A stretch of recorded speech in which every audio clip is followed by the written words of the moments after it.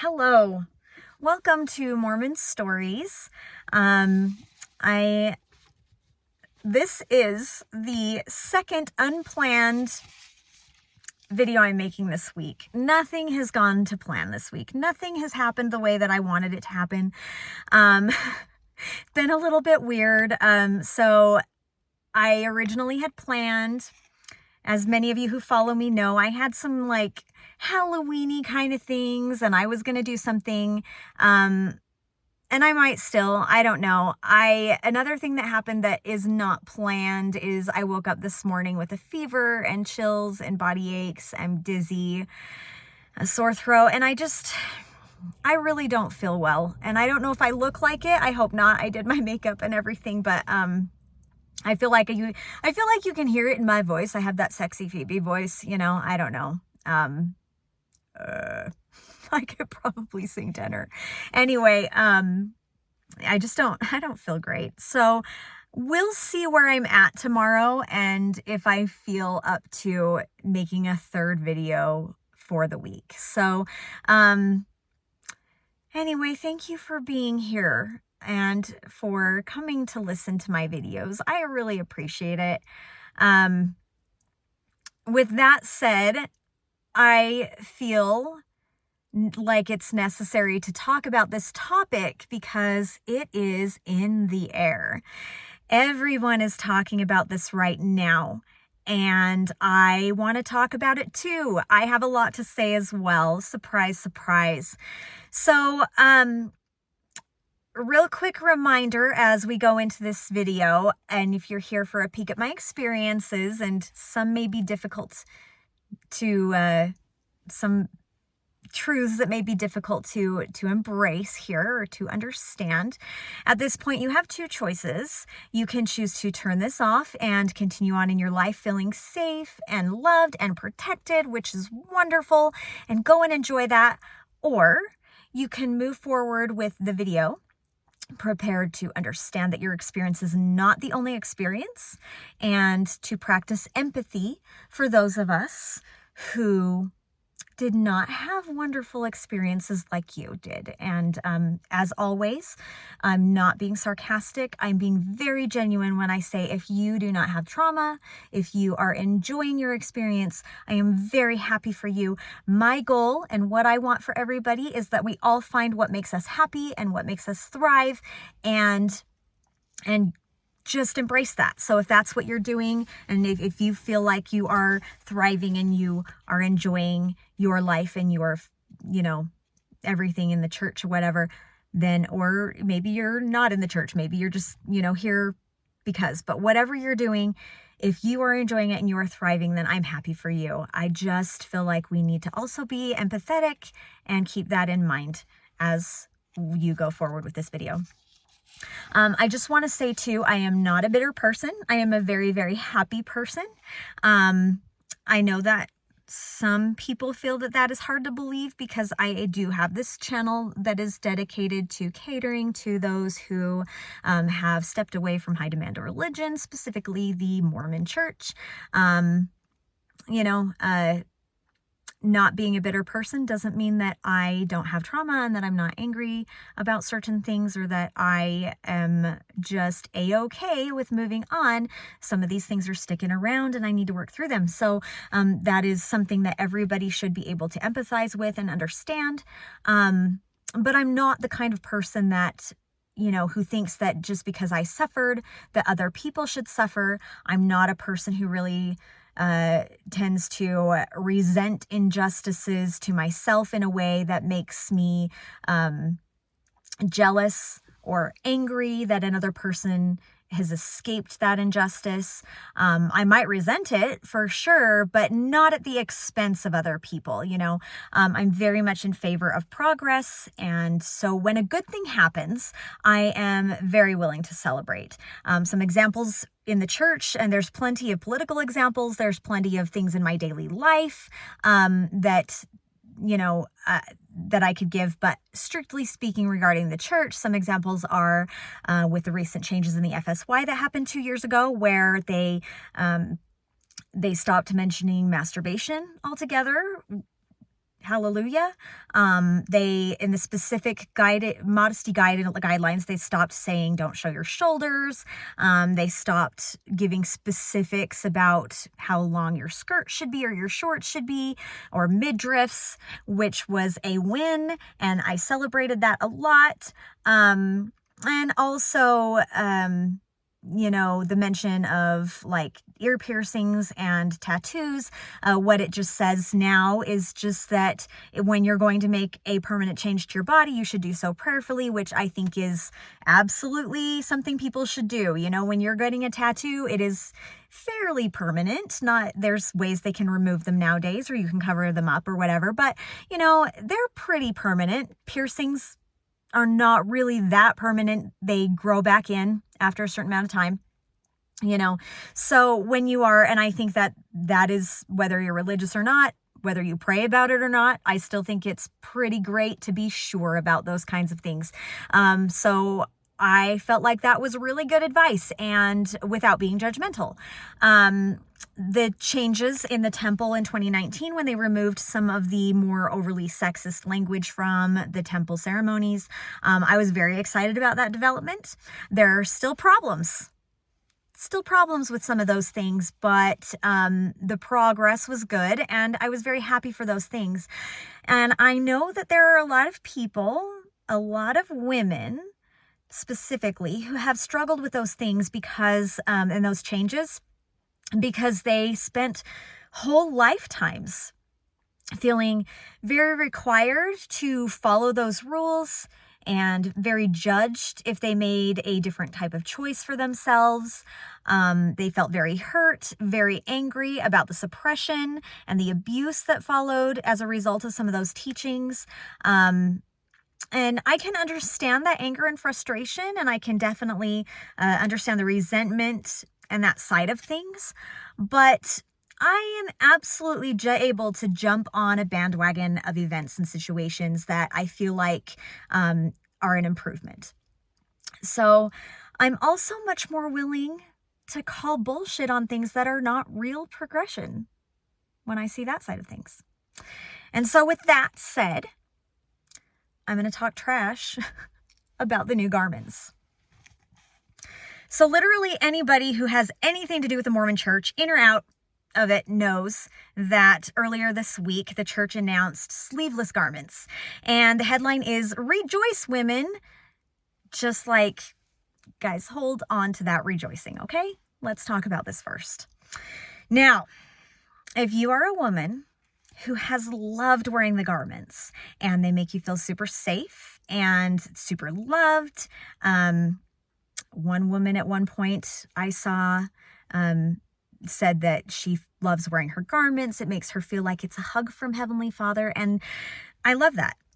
I love that for you. But if you've never experienced heat rashes, yeast infections, friction rashes, overheating, difficulty finding realistic and comfortable clothing, body dysmorphia, bunching or creasing, a decrease in intimacy with your spouse, difficulty during your menstruation, or any other type of discomfort with garments, then I am literally so insanely happy for you.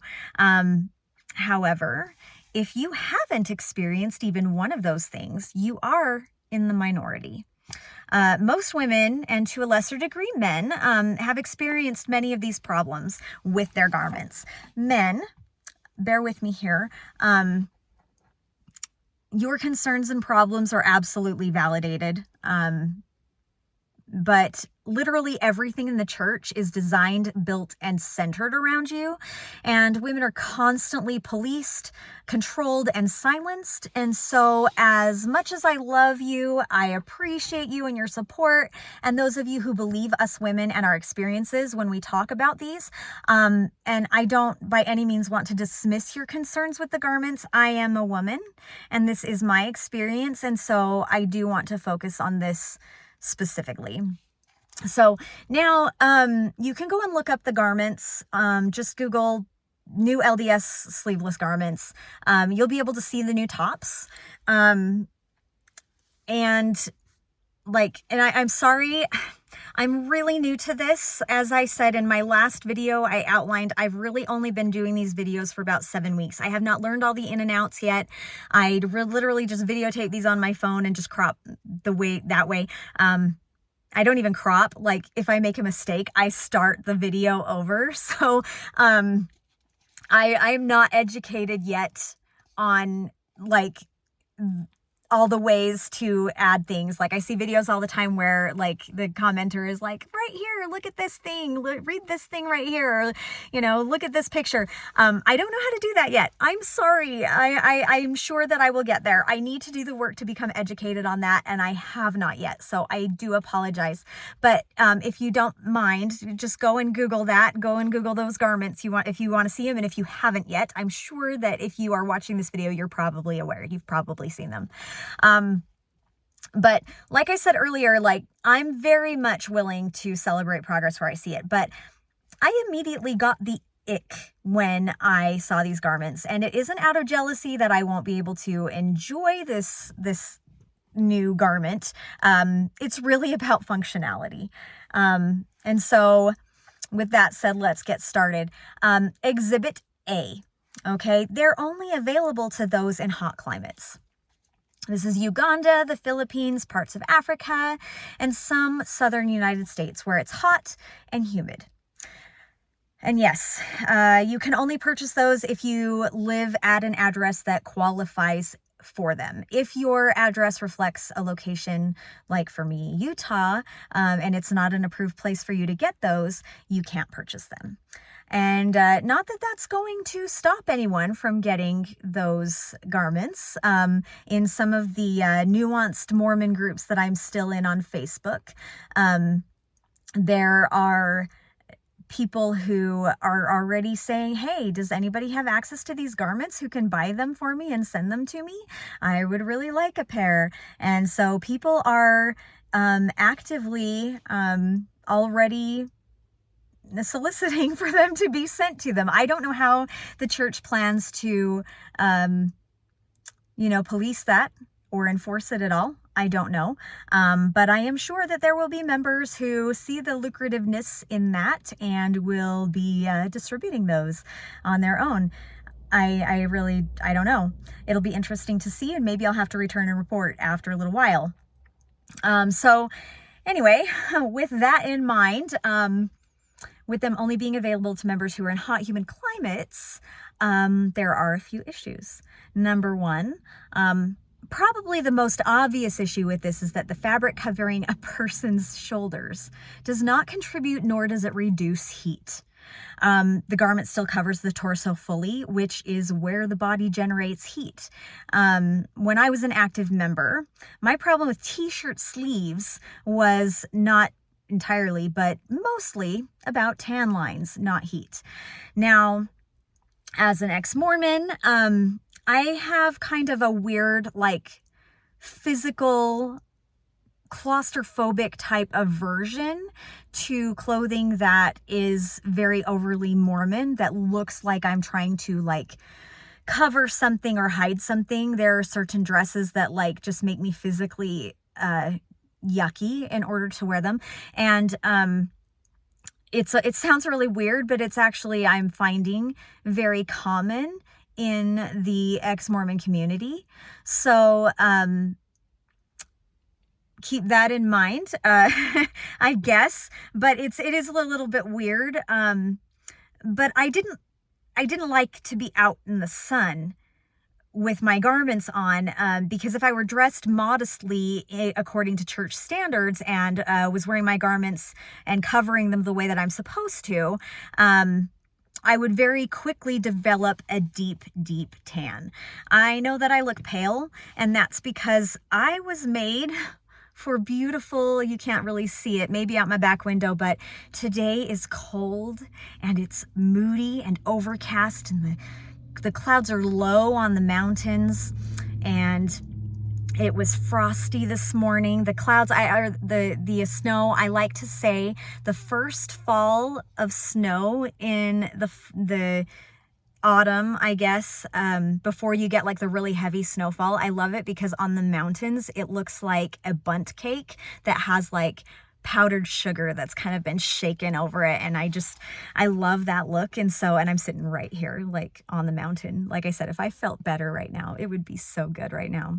It's still good, let's be honest. But I love that. So this is my weather, and I don't like to be hot. I don't like to be in the sun and everything, but I do have a complexion that just, my whole life, I remember 2 real sunburns I've ever had. I don't really burn. I just tan right up. And if I am wearing jewelry, if I am wearing my glasses, I will get little tan lines. I will get, like if I, in any way, shape, or form, wearing something that covers a part of my body and I am in the sun for any extended period of time, it'll betray me. So I tan very dark, very quick. And I hated when I would go from wearing regular clothes to putting on a swimsuit just to see that I was wearing that, or that it looked like I was wearing a t-shirt like under my swimsuit because I was so pale and then the rest of me was so dark. And so, it doesn't help that I'm a walker. I exercise every day. In the summertime, I like to go out after 9 o'clock because then it's cooler and I don't have to be in the sun. But I do my best to reach 10,000 steps every day.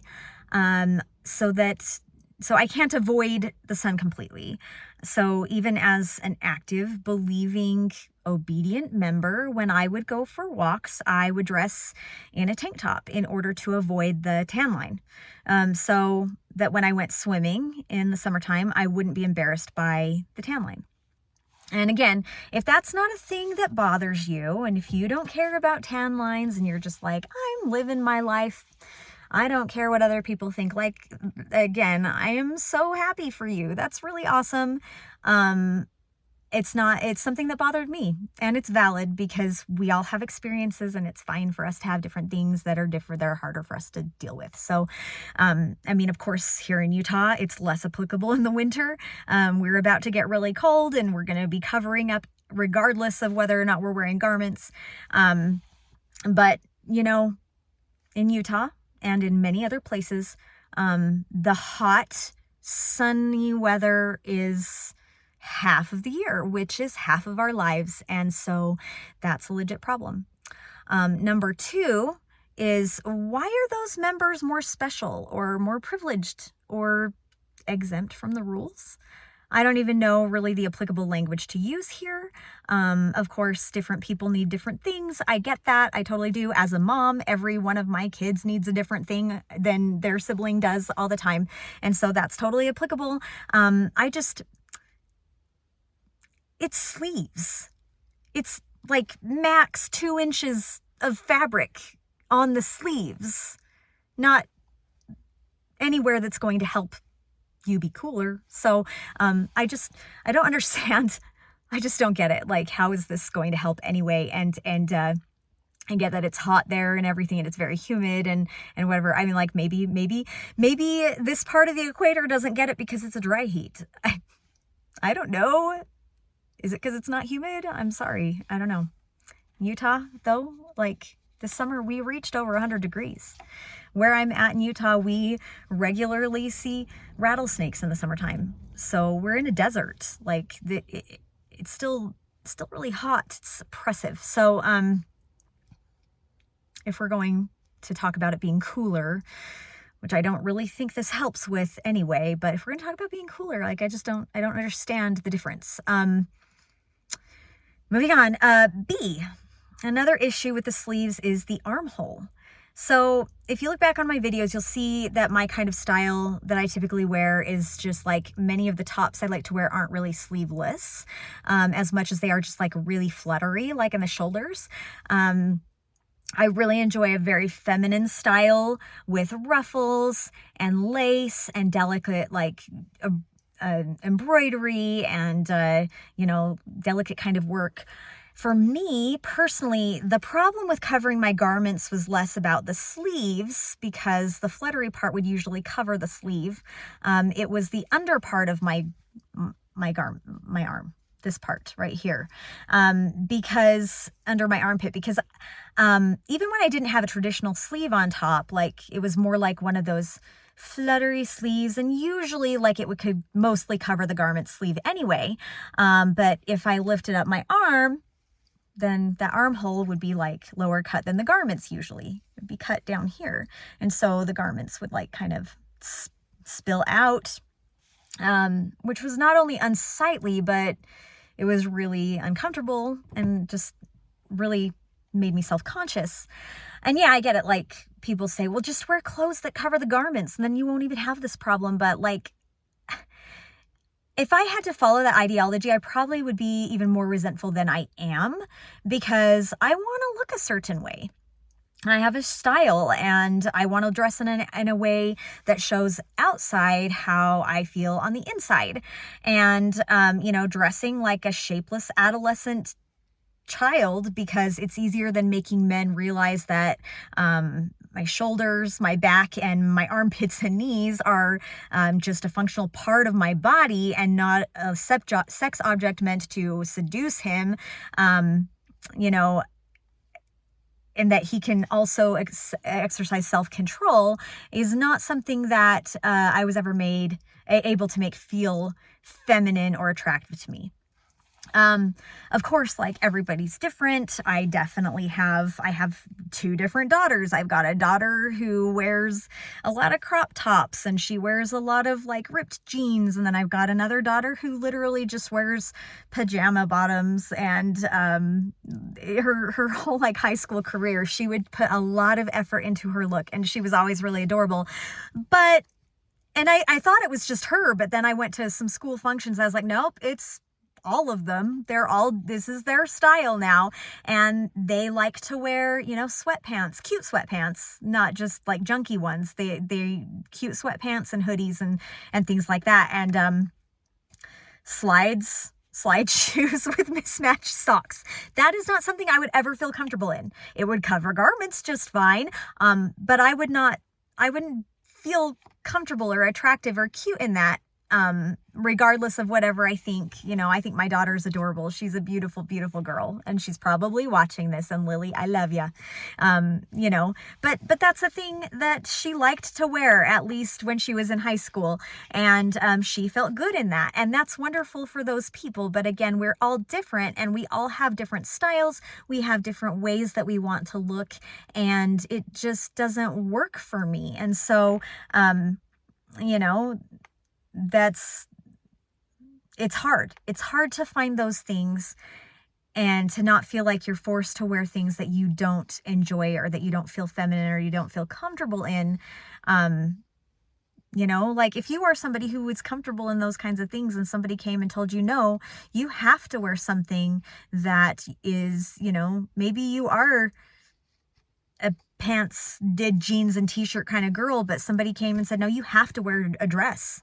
You have to wear I love dresses. I wear dresses all summer long, every day. Like I break out my overalls for fall because I love them and they're comfortable and they're warm, but almost every day in the summer I wear dresses. And what if somebody told you have to wear a dress? You'd hate that. You would hate it. You would be so uncomfortable, and you might look pretty, but you wouldn't feel pretty. You wouldn't feel at home in your clothes.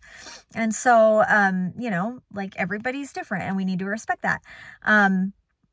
But on the new garments, you see, the under area, the area of the under the arm, if you look at those pictures of the new garments, though it's lacking a sleeve, it still comes up as high as any of the other regular garments did. So if a woman decides to wear a fluttery sleeve, she'll still be showing her religion to everyone if she raises her arm to wave at somebody, or if she's in Relief Society and she raises her arm to answer a question.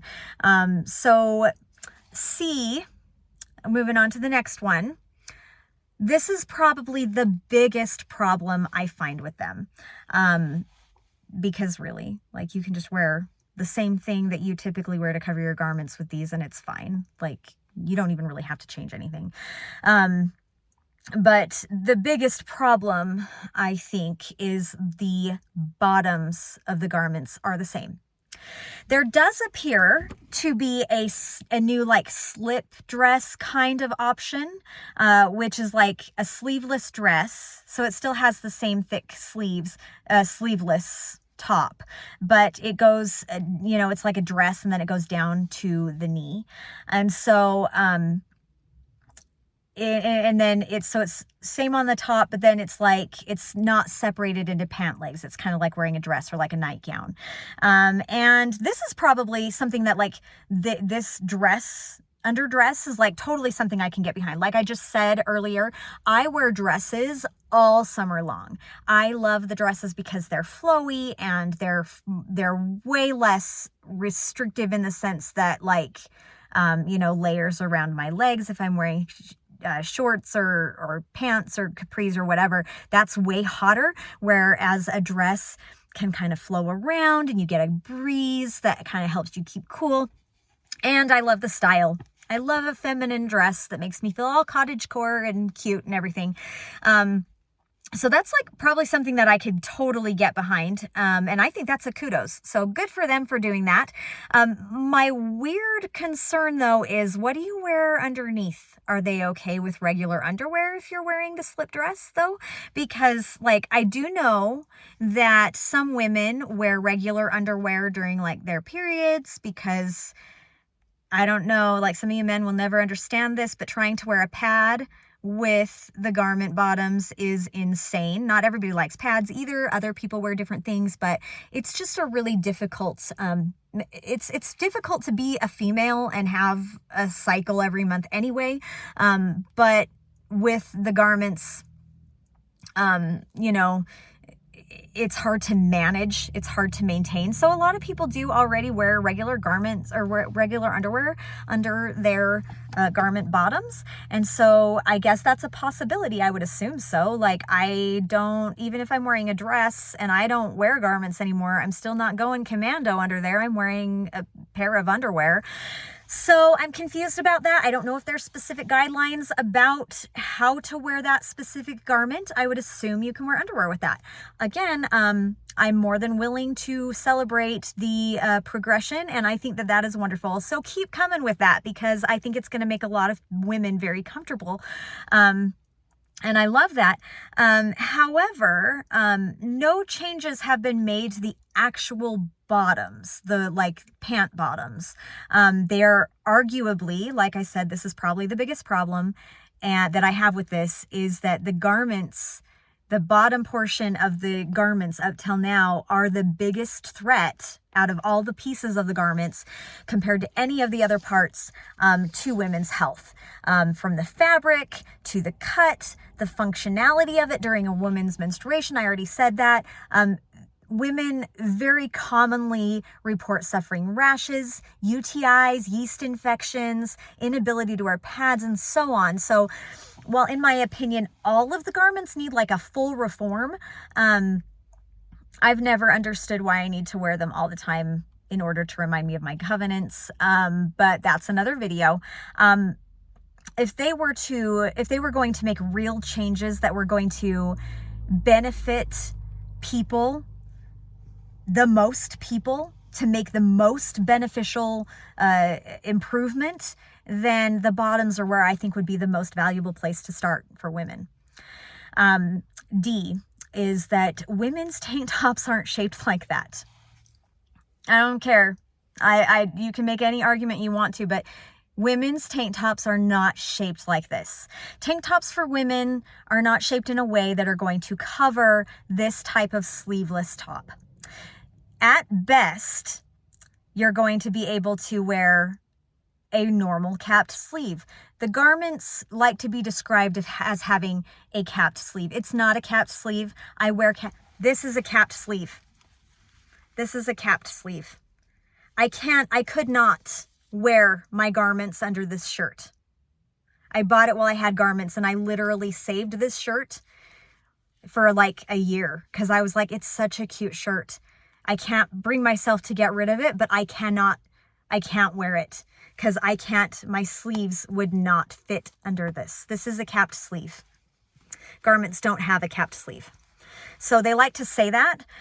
Women could probably wear this kind of shirt now. I think. I don't know. It would depend on how, you're seeing my little bra straps here. It would depend on how wide the collar is. It's difficult to tell when they're on the mannequin. So I think that women can probably wear this kind of shirt, and that's awesome. Like, you know, you'll have a little bit more freedom with shirts that have sleeves, which is great. But you can't wear a tank top with this shirt. This is almost an exact cut of a men's muscle shirt, which is literally a t-shirt without sleeves, just like this top. But women's clothing just doesn't look like this.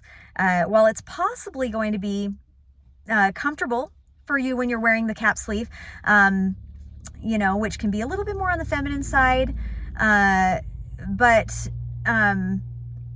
I guess if you just continue to just wear the same things that you always wear and not worry about changing anything, or not get too excited about finding a lot more that is going to be incorporated into your wardrobe, you know, then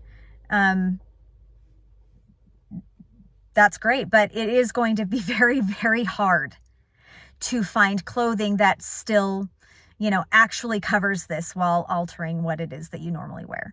And you know what? Maybe that's the point. I feel like it's kind of the point, but stay with me. Here's the thing. The men have this same sleeveless type option in these hot, humid areas, and it's exciting for them because, like I said, like, this really is like a whole new ball game for men. This will fit precisely under most traditional muscle shirts. My husband has a whole bunch of them that he wears to work out in. He goes to the gym every day and he wears them, and the muscle shirts, and he absolutely would be able to wear these garments underneath those. And my sons have them. I think they're adorable in them. I put them in little muscle shirts since they were little babies, little 2-year-olds chonking around, you know, so cute. And my boys have worn those kinds of shirts. My son was on cross country. I guess the cross country ones did have more of like the cutouts underneath the armpit, which like more like a jersey, which wouldn't cover the garments. We're talking muscle shirts here, not jerseys, but still. And I think that's great. Great. I'm happy for them for that. But this is the thing. So while women have a myriad of complaints about the garments, which I mentioned earlier, and which isn't even all-inclusive, you know, they haven't even been remotely addressed. Men typically have 3 complaints in regards to the garment. A lack of support for their junk, and in the 1990s, the men got a boxer brief style bottom, which I'm sure does not solve every man's needs. But I know that that's a concern for a lot of men, and so you know, my husband used to wear those when he wore garments. He wore those kinds of things, and it was great. But you know, women's garment bottom needs have not been addressed at all for the entire time that I wore garments, which was over 20 years. The crew neck options, a lot of men say that they're too high and too tight, so they're really frustrating. And they also show, like, if you're wearing any kind of shirt that's open. Usually, though, like, this was a thing that we girls would look for when we were scoping out a husband. You know, you could see the crew neck, and that indicated that he was a worthy priesthood holder, and we liked that. And most of the time men would just wear that, and you would see that, and it was not a problem. But heaven forbid girls wear shorts that show just a little tiny bit of the lace on the garments, because somebody would say something to you. You just couldn't escape it. So, you know, that, to my knowledge, hasn't really been addressed. The crew necks are still really frustrating. In fact, those kinds of garments, like, they used to be really tight across my husband's shoulders, and so if he wore the crew neck, he would end up with a headache, and he couldn't wear those. But they do have lots of various options that come lower, wider, scoop neck kind of thing. So even though it may not be, you know, maybe men would prefer to have some crew neck, which is totally valid. It's totally valid need and complaint and want. They do have other options that, you know, don't need to be too tight on their throat. Now, I'm an advocate for everyone, getting what they need to be comfortable. So maybe that's a place where people who are making the garments need to look and kind of revise the crew neck and make something that is a little bit more, comfortable for men. But lastly, one of the things that men complain about a lot, my husband did, both my husbands actually, I remember this being an issue for both of them, is that the sleeves are too long and they poke out under normal sleeves. It's a complaint for women too, so it's from both sides. It's true. But because this is such a minor change overall, and it's for both people, and there's literally very severe health problems that come from the bottoms of the women's garments, which I mentioned, which have been completely ignored and not even remotely addressed. And it's exactly the same for both men and women, rather than tailoring change to how garments would fit women's bodies versus how it will fit men's bodies. So there's no difference in the way that they're okay, women are a little bit more shapely, where men are a little bit more straight up and down. So this is going to fit well, and this is going to fit well. We're going to kind of tailor that a little bit. It's not. It's exactly the same. Women's clothes are more difficult to find in this way, so we're going to make it this way. We're going to make the cut more, whatever. No, they didn't do that. They made it exactly the same versus how it fit men's bodies. And this is basically the smallest possible change that isn't really any kind of actual change at all, because people can still actually still can't actually alter the clothing they're wearing in order to really be cooler or more comfortable in any way. I do have a suspicion that the powers that be just kind of catered to what the men wanted, what they complained about, and they took the sleeves off to make them feel better.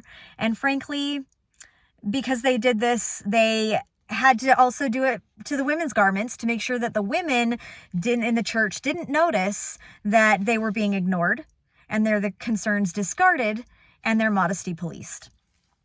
It's not a change for the better or because women's voices are being heard. It's a backhanded service, and it is a slap in the face. I think that if it were something that it was oh, the women mostly complain about the sleeves. No, we don't. No, we don't. We do. We complain about that for sure. But that is not the thing that is causing the most health concern for us and our bodies. And men, I don't know if they definitely just don't care for sure. But I think that there is, in the church in general, a lack of ability to empathize and a lack of ability to say everybody has different experiences. I think that everybody feels like if their experience was good, that is what the church experience is, end of story. And there's very little room for anybody to say, no, my experience has been different and it's been uncomfortable and this is hard and I suffer for this. Because if you suffer or whatever, you're doing it wrong and you need to change. You're the one who needs to change, and nobody else wants to change anything about it, especially the men, because the women do not have a voice in the church. So yeah, I feel like that's kind of a bad backhanded way to say, hey, look, we've made a lot of changes to this and it's going to be better for you. And it's literally not better. Except for maybe that slip dress, because I think that's awesome. So yeah, definitely kudos and credit where it's due for sure on that. But I don't think this is anything to rejoice over. I think that it is just another way to just be look, we're doing something for you. We're listening to you, but they're really not. Now, I don't know if you've ever heard of At Last She Said It, the podcast by Cynthia and Susan. That's kind of where I started with podcasts and listening to podcasts, and they are wonderful. They are active, nuanced members who are still temple worthy. As far as I know, they wear their garments. I don't know. They talk a lot about garments. Obviously that's their personal choice and it's not really anybody's business what they're wearing. Anyway, the point is that they are active members. So, even if you aren't an active member, if you're here because you're curious, if you know me and you're wanting to know what I'm saying or anything like this, if you're just trying to figure things out, they are a great podcast for you to listen to without feeling guilty or feeling like like you're listening to anti-Mormon stuff. But I would definitely recommend them. And they have they've done several more than this, but two really excellent episodes about garments. They're episodes 138 and 139 with Afton, South, and Parker. It was done on May 2023. So they're a little bit older, but I highly encourage you to go and listen to those.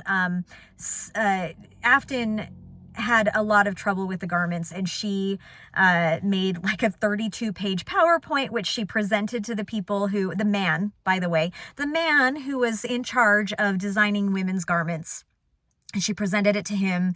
And there are some very, very telling conversations that she talks about where they basically admit that garments are about policing women's bodies, and that they literally just do not give a damn about what is healthy for us and our bodies, and what is, what they can change, what it would make it better, how we would be able to better cope with having to wear the garments.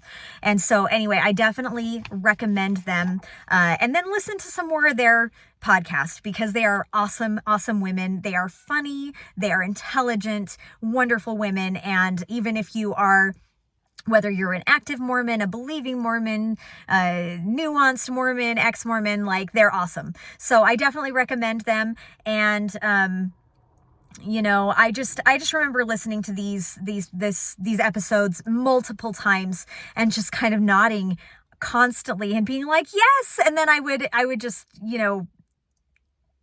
actively and out loud, nobody even in my house, and just be like, yes, that's how I feel about things. It just was so relatable. So I think that everybody should go listen to that. I definitely recommend it. And I want to know what you think about the new garments. What are you rejoicing over? What do you think is going to work? What do you think isn't going to work? What are your concerns? Are you excited for them? Are you in an area where you will get to try these out? Are you jealous that you maybe can't get your hands on them? Are you wondering who might be able to get you some? Do you think it'll make a difference? Would you try the slip dress garment? I want to know about that. What do you think about that? That's what I would be excited about myself. Men, what are your thoughts? I'd love to hear from you as well. You can definitely comment. Leave me a comment. On any of my platforms here. I've got YouTube, Instagram, TikTok. TikTok is wildly my most active platform. I'd love to hear a comment from you there. You're welcome to email me. My email is brae, BRAE.wordsofexmormon@gmail.com. If you email me and you send an email to me and I talk about your comment, it will be left fully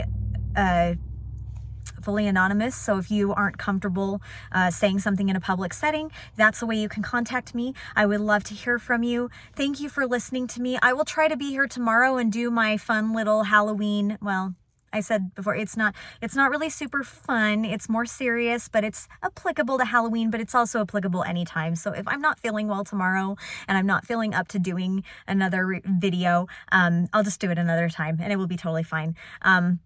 But I do have another it should be really fun video that's coming with my daughter Scarlett next week. And that's going to be, I'm looking forward to that as well. And hopefully by then, if I am still not feeling great, then it will be a real bummer, but we'll stick it out because it'll be really fun. So again, thank you so much for any support. Like, follow, subscribe. I can't wait to talk to you again. Thank you so much. Bye.